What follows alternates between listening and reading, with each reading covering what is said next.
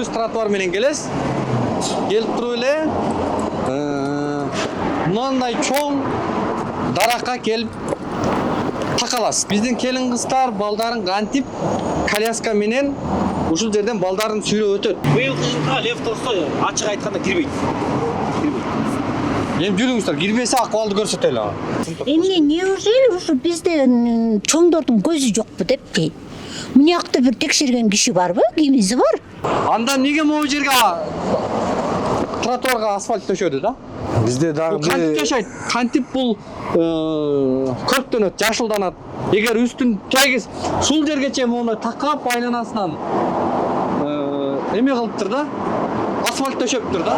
Замир Эсенгулович, могу жердеги теректи көрүп атасыз. Чирип калган. Бул каяктан суу ичет, кантип бул өркүндөйт өсөт. Эгерде макул бул керек бизге деп асфальтты монтип айлантып куюп коюпсуздар. Түп-түз келесиң бул жерден. Бирок ушуга эч кимдин алы жетпей койду да. Жеңилдиктеги дагы эмес, капиталдык курулуш кылып койгон.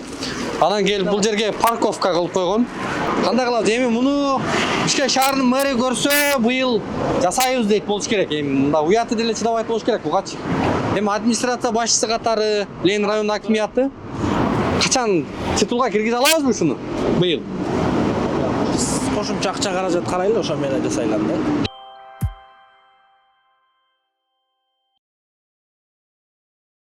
Урматтуу Москва шаарындагы мекендештер, Ваш стоматолог клиникасы сиздер үчүн жакшы мүмкүнчүлүктөрдү түздү. Клиникада стоматологиянын бардык кызматтары көрсөтүлөт.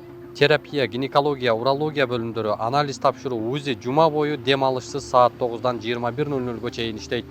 Клиника заманбап жабдууларды орнотуп, тажрыйбалуу такшалган дарыгерлер менен толукталган. Менин катталуучуларым үчүн 20% арзандатуусу жана рентген консультациялар акысыз. Ошондой эле ишемби күндөрү УЗИ, жекшемби күндөрү терапевттин кабыл алуулары акысыз. Дареги Лухмановская метросу, Светозерская 32. Урматтуу Москвадагы мекендештер, Кыргызстанга жүк салууну каалап, бирок кимден жиберүүнү ойлонуп жаткан болсоңуз, биз сиздерге ишенимдүү ишкерди сунуштайбыз. Бул ишкердин аты жөнү Зайырбек Маматкаримов. 12 жылдан бери иш алып барган командасы сиздин аманатка кыянатты кылышпайт. Кыргызстанга салган жүгүңүздү күндүн аптабына же кыштын ызгаарына калтырбастан атайын жүк сактоочу кампасы Бишкек шаары Профсоюз көчөсү 38/1 дарегинде жайгашкан. Жүктү Москванын бардык жеринен өздөрү алып кетет. Алган жүктү Кыргызстандын 7 дубанына жеткирүүнү да кепилдешет. Кыргызстанга жумасына 2 машина жиберилет. Жүк баасы көлөмүнө жараша 500 рубльдан өйдө баланат. Дареги Нижегородское метросу, Перовское шоссе 9, строение 7. Байланыш номерлери +7 926 788 70 70. +7 929 624 63 64. Саламатсыздар, урматтуу көрөрмандар. Мен азыр Бишкек шаарындагы Ленин районуна караштуу М2 номер 2 тагыраагы Пишпек районунда турам. Өзүңүздөр көрүп турган көчө бул Лев Толстой көчөсү. Бул жакта Осмонкулова көчөсү кетет. Анан бул жерден Тимура Фрунзе көчөсүнө чейин. Азыр сиздерге бир ары кейиштүү, ары түшүнүксүз мындай бир Бишкек шаарындагы бир кайдыгерчилик жагдайды көрсөтүп берейин деп турам. Мен намыма мындан 2 күн мурда дал ушул Пишпектин тургуну арыз менен кайрылды. Ал арызда дал ушул тротуар жөнүндө сөз кылыптыр да. Мен жеринен келип көрүп, анан тийиштүү Бишкек шаарынын муниципалдык кызматтарына, жооптуу кызматтарына депутаттык суроону жибердим. Бүгүн азыр саат 2:30 мэриянын тийиштүү кызматтары барысы келет. Анан ушулордун көзүнчө жеринде ушул маселени карайбыз. Бул эмне деген маселе деп турсаңыздар, мына өзүңүздөр көрүп тургандай, бул жерде дарактар турат. Дарактарга байланышкан десем болот. Куурап, мына өзүңүздөр көрсөңүздөр болот. Чирип калган дарактар. Бул эми бул жерде турат. Бул коопсуздугуна, шаардыктардын ушул жөө өтүп бараткан тротуарда басып бараткан шаардыктарга бир көйбөй жаратуу маселесин айтпай эле коелу да. Бизди таң калтырганы канча жылдан бери ушул шаар тургундары каттап жүргөн тротуардын бир көрүнүшү. Азыр жергиликтүүлөргө микрофон сунабыз. Бизге кайрылган ушул шаар тургундарына үнүн угабыз. Мен азыр көрсөтүп коем мына. Бул жакка бурсаңыз камераны. Түп-түз тротуар менен келесиз. Келип туруп эле мынандай чоң даракка келип такаласыздар да. Мына караңыздар, бул жерде тротуарды өзү Бишкек асфальт сервистен жасашыптыр. Көп жыл болгон окшойт. Бул жака такыр мэрия эзели бир басып келбегендей көрүнүш да, кароосуз калгандай. Себеби дегенде мына жаракаларды караңыздар. Бул асфальтты кылып төшөгөндөн кийин bundan тамырлары өсүп, тамырларынан жарылып, анан буга дагы оңой жыл кеткен эмес да. Келет дагы бул жерге айланып өтүшүң керек. Же оң жагынан, же сол жагынан өтүшүң керек. Ансыз бул дарак сиздердин жолуңузга тосуп турат. Эми ушул шаардыктардын, ушул пишпектиктердин акысынан, ошолордун укугунан ушул дарак жогору турабы? Бул негизи эгерде жашылдандырууга ылайыкталган жер болсо анда тротуар каякта деген суроо пайда болот да. Бул жака чейин, ушу тротуарга чейин бизде бул шаарда абдан адат ушундай бир көрүнүш, дайыма тротуарга келип такап короосун, заборун салышат. Булар дагы ошол маданиятты, ошол салтты кармап тротуарга чейин такашкан. Анан кийин келесиң дагы мына жерге келип, бул бизде Бишкек шаары барбы, бизде Бишкек мэриясы иштейби, Бишкек зеленхоз барбы, ал эмнелерди карайт, ушундай дарактарды карап, мына чирип дагы бүткөндөй көрүнүш да. Булчу мына жерлеринди көп жыл мурда кесип кеткен экен. Ошондон бери кесиптир. Бул дарак пишпектиктердин акысынан, укугунан жогору турган дарак экен. Бул эле эмес, эми катарынан чүнтүп кеткен да мына. Бүт тротуардын үстү жалаң дарак. Эми могу жерден дагы бир белгилеп кетели. Бул тарапта Осмонкулова көчөсү жакта поликлиника жайгашкандыгын, мектеп бар экендигин билесиздер. Эми бул жерден кары картаңдабейли. Биздин келин кыздар балдарын кантип коляска менен ушул жерден балдарын сүйрөп өтөт. Бул жерден коляска эмес, адам зорго аттап, мындай секирип атып зорго өтөсүң бул жерден. Анан бул жака келсең, арык. Ал жагы жол, автоунаа жүргөн. Эми азыр бүгүн ушул маселени карайбыз. Тийиштүү кызматтардын баарын чакырганбыз, азыр келет. Алардын жоопторун угалы. Анан бир эле ушул жер эмес, Бишкек районундагы буга чейин биз көтөргөн ушул тротуарларга байланышкан көйгөйлөрдү, буга чейинки чыгарган ушул тротуарды ээлеген көрүнүштөргө кандай иштер жасалды, эмне иштер жасалды, анын баарын тийиштүү мэриянын кызматкерлери менен биргеликте карайбыз, суроолорубузду беребиз, алардан жооп алабыз. Анан сиздердин назарыңыздарга сунуштайбыз. Салам алейкум, Садык байке. Салам алейкум. Эми сиздерге микрофонду суналы. Мына кайрылдыңыздар бизге. Келиңиз аксакал, сиз дагы. Биз ошо Кайча жылдан бери бул жерде жашайсыздар? Мен берде жашаганыма 20 жыл болуп калды. Мен берге көчүп келгениме 20 жыл болду. 20 жылдан бери, Кайсы жагында жашайсыз? мен бул жакта жашайм. 20 жылдан бери Бул жака мектепке, поликлиника каттайсыз? садикке, ушака бүттүн ушака каттайбыз. Анан 20 жылдан бери могу Ленинск районунда вообще бир жылыш, оңдоо, түздөө деген боло элек. Анан айлабыз кеткенден сизге кайрылдык уктук мырза. Анан эми өзүңүздөр көрүп атпайсыздар, бул жерде талдар турат, мына жакта могул жерде ишкана бар. Бул ишкананын сотрудниктери жолдо турат сигаret чегишип, эртең менен бир 15-20 киши.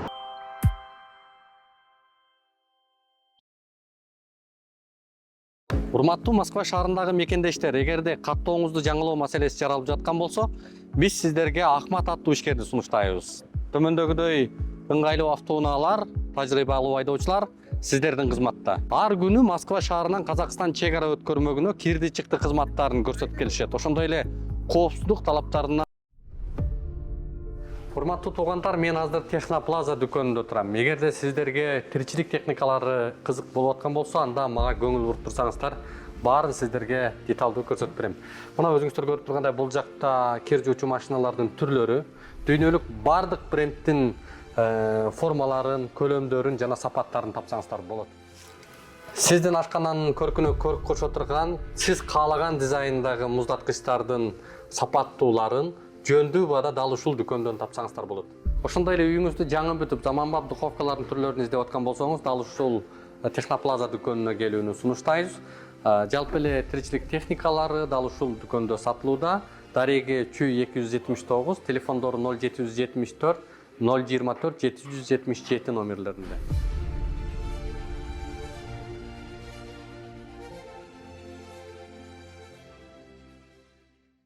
Бул жерден кыздар балдар өтөт, кичинекей балдар азыр деле көрүп атасыздар, өтүп атпайбы? Бул жерде сигарет чегип турушат. Эми баягы балдар, мына ушулар азыр өтүп атат, бул жерде сигарет чегип отурат.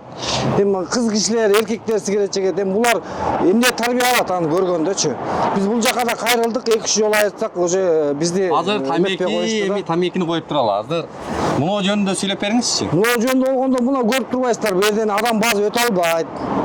Bir-iki жолу мен бир коляскачан аялдарга жардам берип өткүздүм көтөрүп. Кыштын күнү. Эми алар деле бул жерге поликлиникага жанагы эмеге барышат да, прививка андай мындайларга барышат. Ошол өтө түйшүктүү нерсе да бул бизгечи. Анан асфальт болсо жок, көрүп атасыздар. Ушуга бир жардам берсеңиздер деген эле. Сиздердин акыңыздардан кымбат баг экен да бул. Анан сиз айтып атпайсызбы, могул жерин кыркып кетип зелен строй депчи. Эми бул жагын кыркып туруп, муну алып коюш жалко что ли? Бул эмнеге мешайт этет? Бул кишиден бийик турган жагы, бул жагы мешайт этип атат бизге. Анан эми бизде чирип түшкөндөй көрүнөт. чирип калган, бул бир күнү кулайт, бул басып калат. Бул кантип ушул жерден азыктанат да, мисалы. Үстүндө мондай асфальтты төшөп койсо, анан кантип бул азыктанып, кантип өсөт.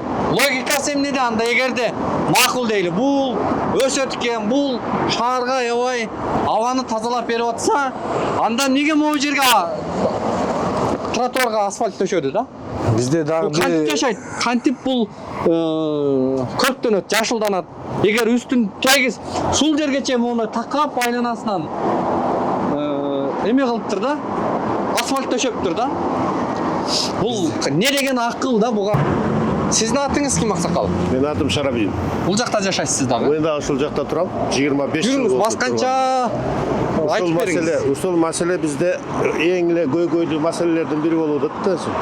Могу жолдун ортосу, тротуардын ортосунда монтип дарактар турганы вообще эмеге акылга жакпайт да. Анан монтип эле адамдар өтө албай кыйналышып, коляскасы бар, жанагы пенсионерлер өтөт бул жерден. Пенсионерлер деле поликлиникага барышат да. Сиз тротуарды теле Өтө алышпайт. Пенсионерлер бар, алар поликлиникага барганда өтө алышпайт. Кантип өтөт эми, мисалы үчүн тиги жерден өтө албайт, жыгылат. Жанагы трамвай алат, майып болот. Ошол маселе бизде аябай орчундуу болуп барат. Муна бактар кураган. Муна бул бакта курап калган. Мунусу да жерден курап калган. азыктана албайт. Асфальт төшөп койгон. Бул суда өтпөйт, кургап, акыры бүтүптүр. То, что тамеки чегет, еще көп сөздөрдү айтышат да бул жерде. Мына ошол эле учурда дагы деле тротуарга коюп койгон. Бул жерде укпай өтүп келатсаң, бул жерде качып да коюшпайт да буларчы. Ушул жерде тур да, ушул жерде турат. Ушул жерде туруп чегет да, буларды айланып өтүш керек да. Мен качып өтөсүң да, бирдекенеден урушчудай да. Бул жактын кызматкерлери ушул. Мунун бүт ушунун кызматкерлери, аялдар, эркектер бүт баардык ушул жерде чегишет. Илип коюшкан да булар. А жазганы не анда бул жерге? Урланып коюп койгон. Просто жазып коюшкан да, урланып коюп койгон. Курить запрещено деп жазып койгон. А так бул жерде сигарет чегип отурушат. Мынакей бул көчө менен Осмонкуловадан Тимура Фрунзеге көздөй келе бересиздер. Бул жердеги тротуардын акыбалы. Бул жерден суу чыгат. Как будто. Мына курап калган дарак. Жакынкы жылдары бул жерге эч кандай асфальт төшөлбөптүр да. Мына 25 жыл жашап атам, бул жерде эч ким даже карап да койгон эмес. Мына курап калган дарак, мына курап калган. Бактарды караңыздар. Ореки да курап калган, бул остановкага көчүп түшөт бул күн. Кайсы? Бул дарактар. Бул да кураптыр. Короче, баары эле куурап калган. Курайт да үстүндө асфальт төшөп койсо. Могу асфальттын кебетесин, тротуардын кебетесин. Бул жактарын караңыздар. Жамгырда бул жер көлчүк болуп, Көлчүк бол, ол жерде вообще невозможно өтө болбойт. Мына турат, тоже көтөрүлүп атат.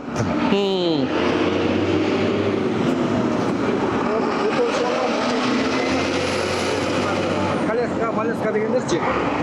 Булар өздөрүнө ылайыктап көтөрүп алган да бул жакка алып. Мына могул жерде да карап койгула. Бул жерден кантип өтөт дейм ушул жерде. балык чарбоо уштап кое тургандай эле болуп калыптыр бул жакта. Кантип өтөт бул жерде.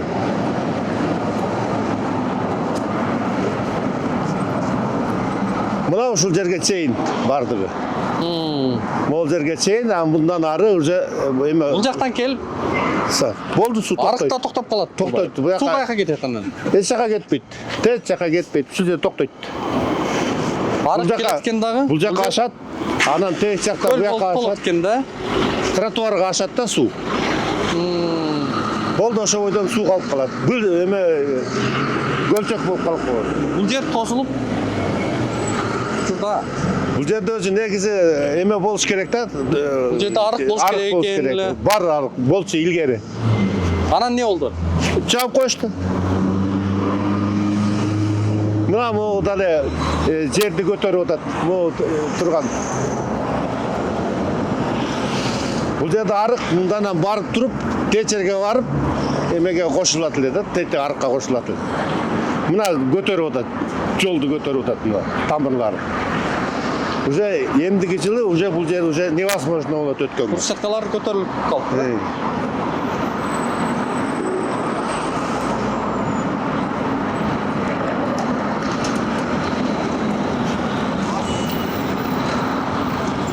Мына ушул жерден башталат да барды. Саламатсыздар. Жакшысыздарбы? Жакшысыздарбы? Сау болуңуз. Жакшысыздарбы?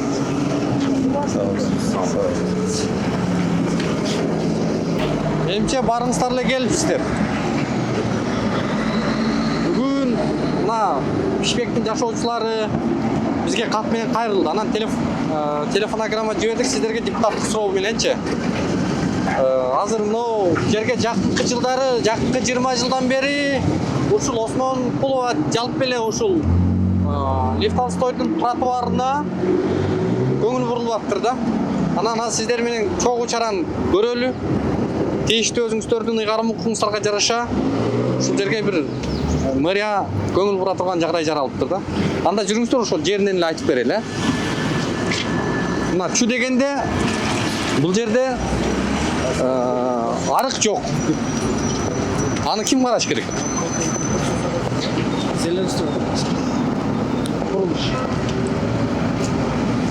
Арык каякта?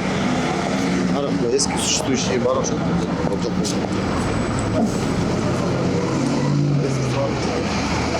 Кен планда жол да, жолдун четинде тротуар арык көрсөтүлөт да проектте. Мына бул жердеги арыкты ким табат? Бул жер долбоорлонгонбу? Лев Толстой. Быйылкыда жок экен Лев Толстой. Несинде? Тротуар жасалган жердечи. Быйылкыга киргизиш керек. Эртең Тротуарларды капиталдык оңдоо дейт. Алиев көчөсү, Гагарин көчөсү, Москва көчөсү, Батыш, Москва көчөсү, Жашкова бульвары, Бешанер көчөсү чейин дейт. Экөл экен быйылкы. Бишкекте. Асфальт сервиске берилген да, Ленинский акиматтан. Хакимият Ленинская элек. Не список. Быйылкыга берилген тротуарлар жок экен деп каралбаптыр да. Бизге акиматтан, мэриядан буга киргизип берсеңер, акимат демесин жасайбыз.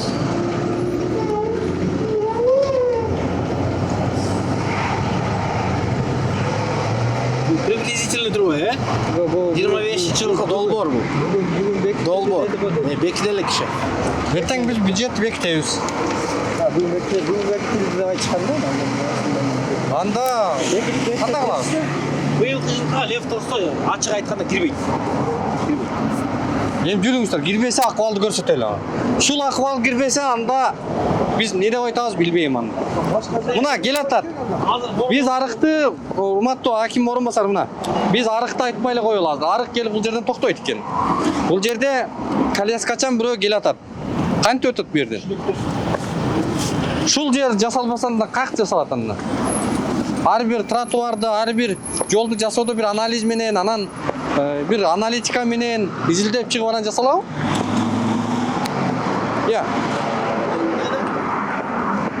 Бизге план боюнча акча берилип, ошого жараша биз жолдорго Планды ким түзөт? План боюнча силер бекитип бересиздер да. жок. Биз бюджетти бекитүүдө сиздердеги запроска карап бюджет бекит. А сиздер бизге анализдеп Бишкек шаардык кеңешине мынча жол быйыл жасалат, мынча тротуар жасалат, мынча метрге чейин, мынча каражатка деп бересиздер да. А неге бул жер кирген жок? Азыр биз борбордук көчөлөрдө тротуар, көчөлөрдү жасайбыз. А бир биз бул артыкылы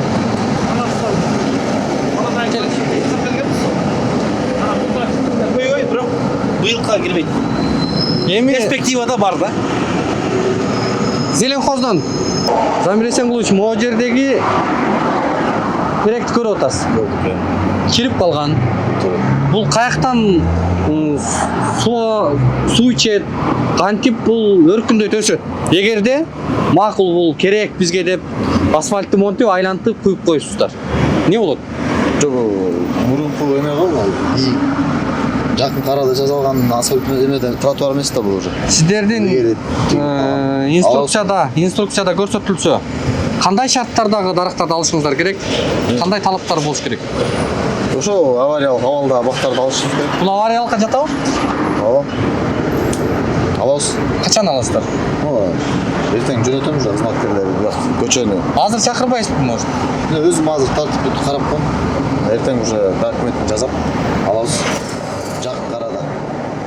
Кайсы күнү бул жакта алынат? Чагырат. Жумаларга кылабыз.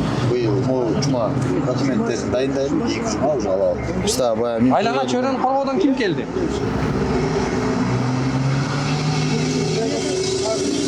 Я, жолдо.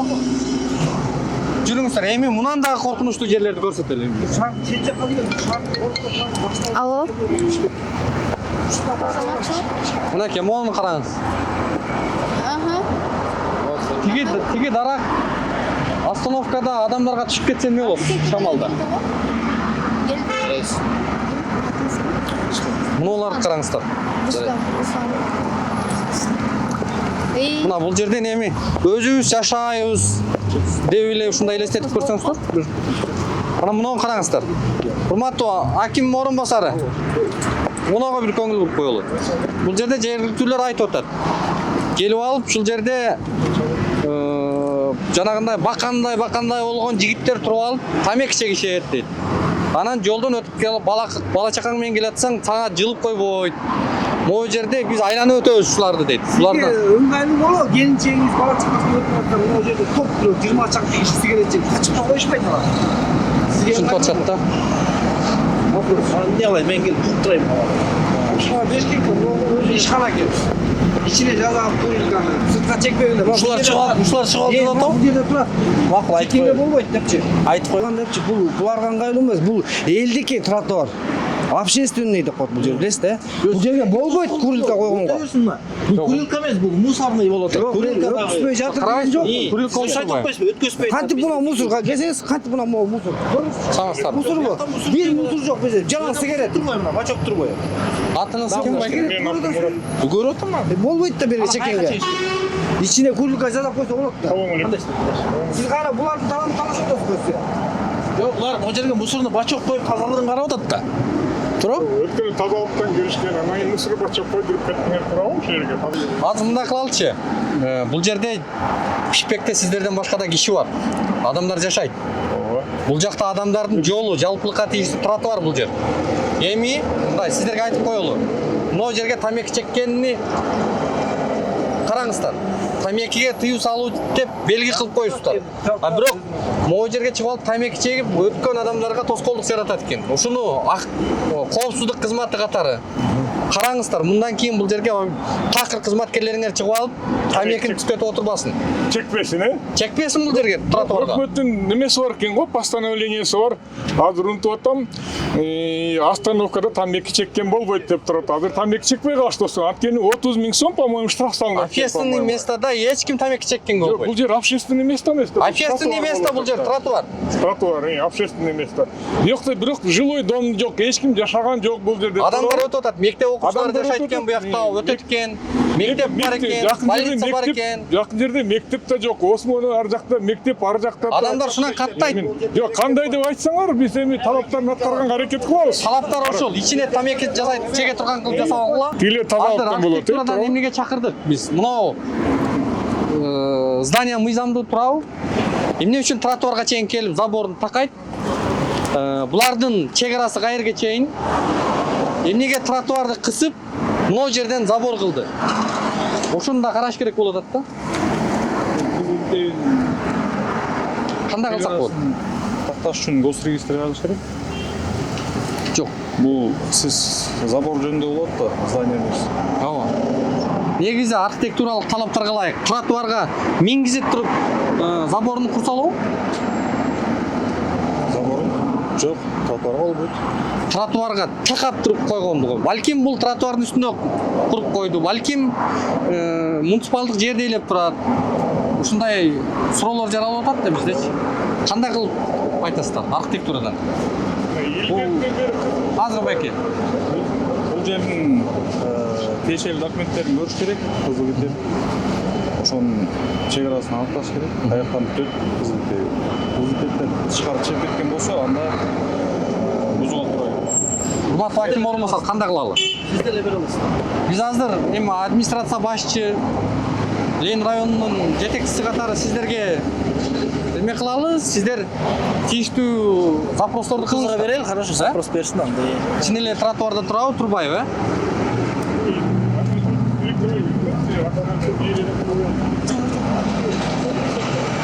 Мына мооларда чириген мисалы. Эң коркунучтуусу мына жер экен да.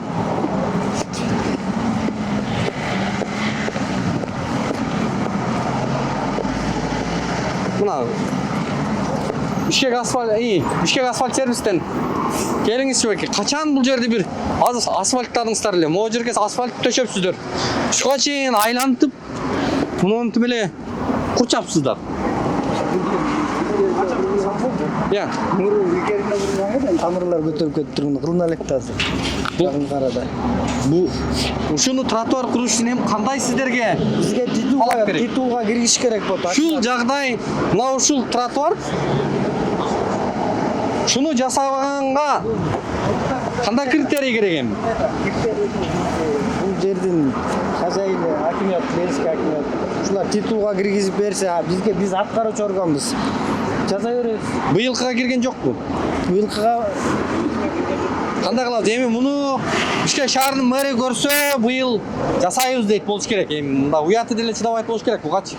Эми администрация башчысы катары Ленин районунун акимияты качан титулга киргизе алабызбы ушуну? Быйыл. Кошумча акча каражат карайлы, ошо менен жасайлам да. Эртең бюджет бекитип атканда мен көтөрөйүн ушуну. Көтөрүңүз. Акча каражат жетпейт. Ошон үчүн биз да кошумча акча каражат карап мүмкүнчүлүккө жараша жасаганга аракет кылайлы деп мен айтып атам. Чындыгында көйгөй. Мен биле жакшы билем. Биз ар жактан бери жасап Ушул келет. көчө жасалбаса, ушул акыбал менен титулга кирбей калса, Жасалат деп айтып коюп, анан айфенде туруп жаза албай калса, эртең сиз бул видеону кайра бетке такайсыз. Ошон үчүн мен айтам, муну караштырайлы. бул эми Бишкектеги бир көрүнүш болду. Азыр дагы 2 точкабыз бар, ошол жерди көрөлү. Лушкина көчөсү буга чейин биз көтөргөнбүз бу жерде. Анан Көтөргөндө биз деле айтсак, такыр бул эже укпа дешти экен. атыңыз ким? Чынара. Анан мен атайын кирип айттым, өзүм негизи медикмин. Эже, мынау жерге туура эмес магазиниңерди коюп алыпсыңар. Наркы болсо воротасын бери жылдырып алыптыр. Обычно тротуар элдики, мамлекеттики. Коп койсоңор болмок десем, сен эле калыпсың да, мен деген сотко чейин баргам дейт го. Бир күндө канча жолу каттайсыз бу жерден? Мерден вот постоянно каттайбыз. Келедей балдар каттайт. Мына биздикилер, биздин кошуналар возмущение кылып атат. Мына жерде машина көрүнбөй калат мактанчы. Мына келгенде тияктан келет абы, келбейт абы. Чоң киши араң өтөт бу жерден калчылдапчы. Анан кичинекей бала велосипеди менен чыга калсын эмне болот? Азыр мына жерден могу переход турат го. Переходко карабастан машиналар тим эле аңкылдап бир зуулдап бир өтөт машиналар. Кээде биз өзүбүз коркобуз. Эми айтып адамча айтып, эже бул кылган туура эмес аны муну десем, жок, такыр укпадым. Кошуналарды укпады, канча киши айтты. Эч кимди укпайт. Наркынысы болсо бек, үйү постоянно шибее кармайт. Үйлөрү бек. Мына эми сиз арызыңызды айта турган кызматтарды чакырдык. Ленин районунун акиминин орун басары бул жак. Бул жак жашылдандыруу, бул жак асфальт сервис, архитектура, Бишкек мэриясынын кызматкерлери. Анан буга чейин биз да көтөргөнбүз бул жерди, билсеңиздер керек. Келет дагы мына эже айтып аткандай түп-түз келесиң бул жерден. Бирок ушуга эч кимдин алы жетпей койду да. Эч ким ушуга бир батым бар. Түп-түз келип эле тротуар менен келесиң дагы магазинге кирип кетесиң. Салам алейкум миним, кандайсыңар? Мен өзүнө кирип да айттым. Жол тротуар качан ачылат? Мынау магазинде могу эшигин Билбейм дейт. Турасынан коюңуз магазинде. Ошондо аябай Кандай дейсиздер мынау? Мындан да келесиң дагы анан бул жерден аттап өтүп жолго чыгасың. Бул жерге келсең электр мамчасын коюптур бу жерге. Тактайлы эмне Нар жактан тротуар келет дагы тетиги жерге чейин келет. Могу үйдүн короосуна чейин. Муну өз убагында куруп атканда элечи. Өз убагында куруп атканда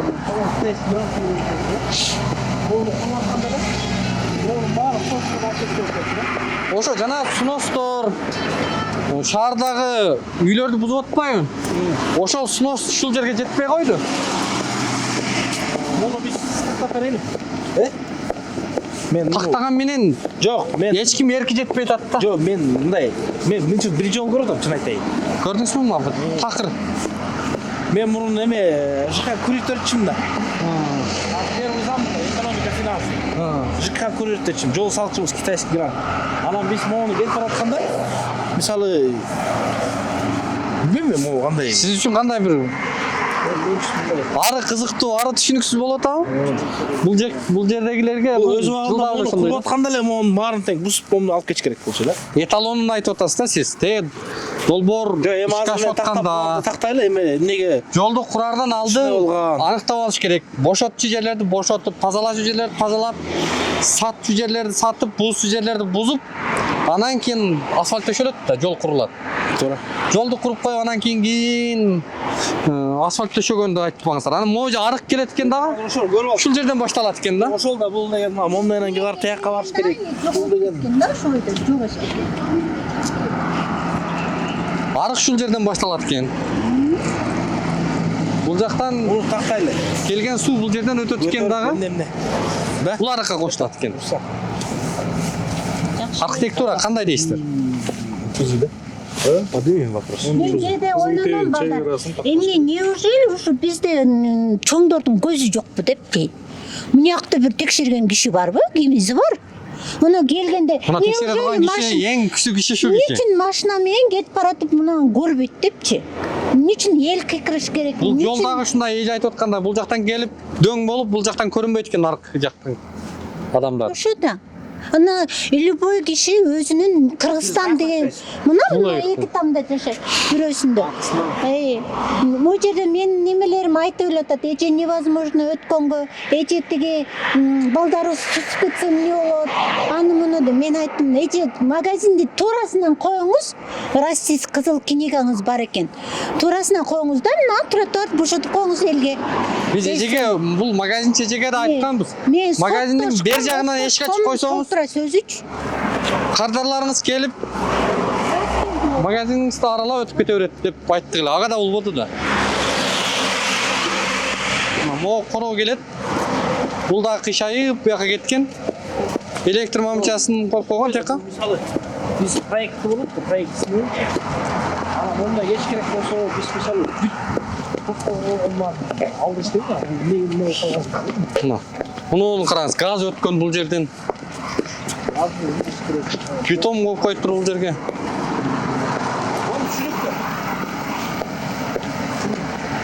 Бул жер боюнча качан жооп алабыз?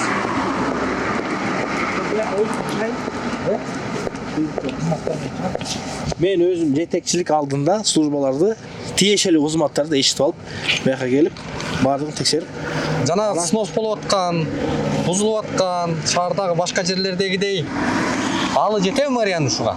мен ошо айтып атпайм, мен келдим бул жерге, азыр көрдүм, жетекчилик алайын, өзүм жетекчилик астында. Сиздин жетекчилигиңиз астында жыйынтык чыгабы? Мен ошо кызматтарды менен келейин, кагаздарын карайын. Мен айтып атпайм, мен мурун ушу жолдорду салуу Кытай гранты боюнча, бас боюнча салып мындай моменттерди биз чече элек да. Эми ушул боюнча мен өзүм келейин. Келип анан кийин тактап, анан кандай мындан ары кандай иш кылабыз, ошол боюнча сизге жооп берейин. Кагаз түрүндө анда жакшынакай кылып жазып бересиң. Бул жакта дагы караңыздар, могу таштандылар. Таштанды эме болсо керек да.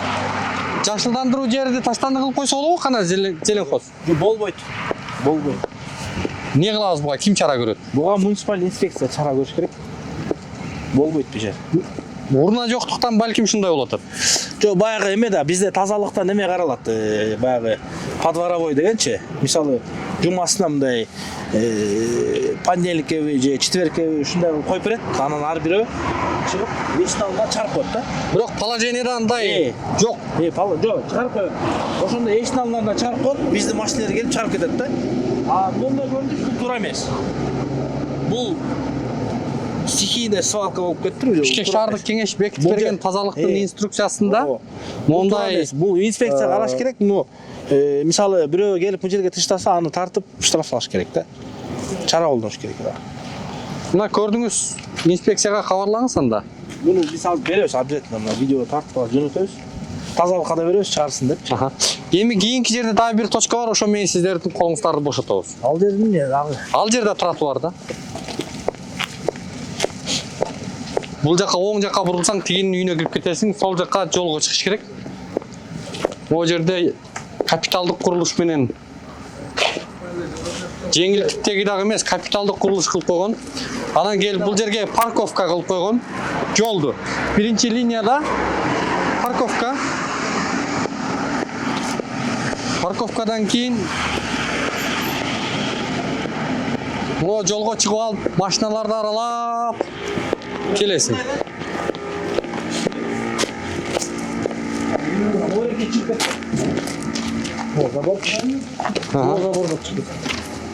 Ана тротуар ушундай өчүш керек болчу. Мондай. Тротуар мына могу аркасы менен могу чыгып кеткен. Бул жака капиталдык курулушту куруп коюп атат. Бул жер кызыл китептер бар булар. Жакшылдандырууга кантип кызыл китеп кетет бу жерде? Ошол 90 жылдарда берилген да. Ана мына жерге парковка.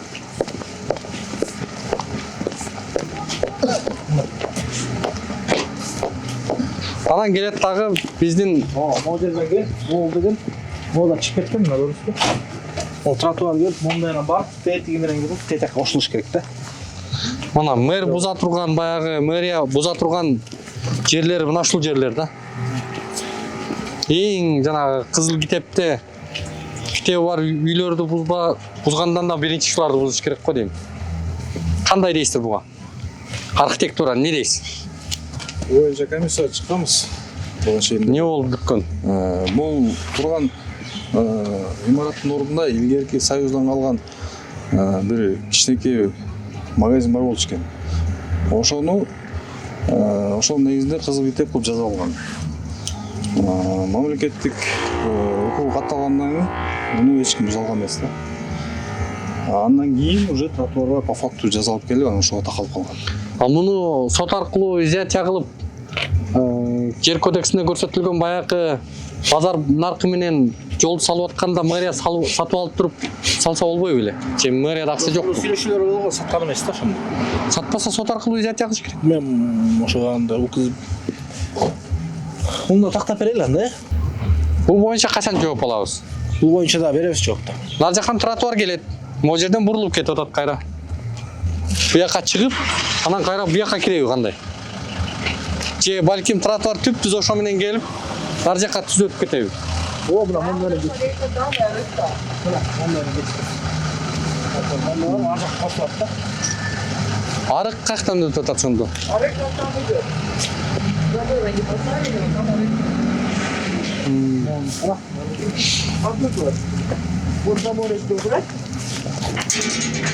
Вот идите сюда, вон, видите продолжение рыка? И там дальше аллейка идет. Вот аллейка там дальше должна идти. Они все вывезли. А там рык, вот они здесь поставили. Не кылабыз, кандай кылабыз, эмне дейсиздер? Мына могу жер эми макул, бул жакка элептир дейли. Машина коюп койгондор да кантесиң эми да? Знак керек. Жок, бир линия чийилип турбайбы? Урматтуу көрөрмандар, Пишпек районундагы бир катар тротуарларга азыр көңүл бурдук. Тийиштүү мамлекеттик муниципалдык кызматтын өкүлдөрүн алып бардык, жеринен көрсөттүк.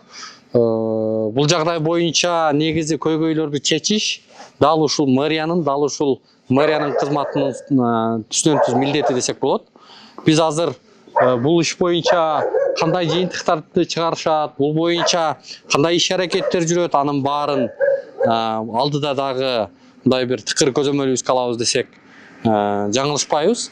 Жакынкы арада мэрия бул боюнча эмне иштерди жасап, эмне жыйынтык чыгарганын дагы күтө туралы. Негизи эле урматтуу көрөрмандар, биз азыр байма-бай ушул шаардыктардан келген каттарга, арыздарга көңүл буруп, жеринен көрүп, жеринен тийиштүү кызматтарды чакырып, ошол жерге алып барып маселелерди каратып атабыз. Сиздерде ушундай жагдайлар жаралган болсо бизге кайрылсаңыздар болот. Ошол учурда биз менен биргеликте ошол берүүлөрдү бөлүшүп, пикир жазып туруңуздар деген ойду айтабыз. Баракчабызга катталып коюңуздар. Достор, эгерде сиз өнөктөшүңүз менен бизнес баштап, бирок анын акысын бербей койсоңуз, эмне болот деп ойлойсуз? Туура, албетте ал сиз менен экинчи иштешпейт. Баарыбыз иш баштаганда Кудайга жалбарып, Кудай, жардам бере көр, пайда көп көрөйүн деп жалбарабыз. Бирок Кудай бизге ошол пайданы, берекени берген соң, көпчүлүгүбүз Кудайдын акысын бергенди унутуп же бергибиз келбейт. Кудайдын акысы ошол зекет, садака достор. Байгыңыз келсе сөзсүз зекет бериңиз. Бул көп жолу тастыкталган. Бүгүн садака зекет берүүнүн эң оңой жолу берекет тиркемесинде жүрүп жатат. Берекет тиркемесине азык-түлүктү, тамак ашты жайгаштырып, муктаждар менен бөлүшсөңүз болот. Ошондой эле өзгөчө кафе, ресторандын ээлери бүгүнкү тамакты эртеңки калтырбай, чыныгы муктаждарга бөлүшүңүз. Билип коюңуз, жакшылык ар дайым кайтып келет. Баарыңыздарды берекет тиркемесине чакырабыз.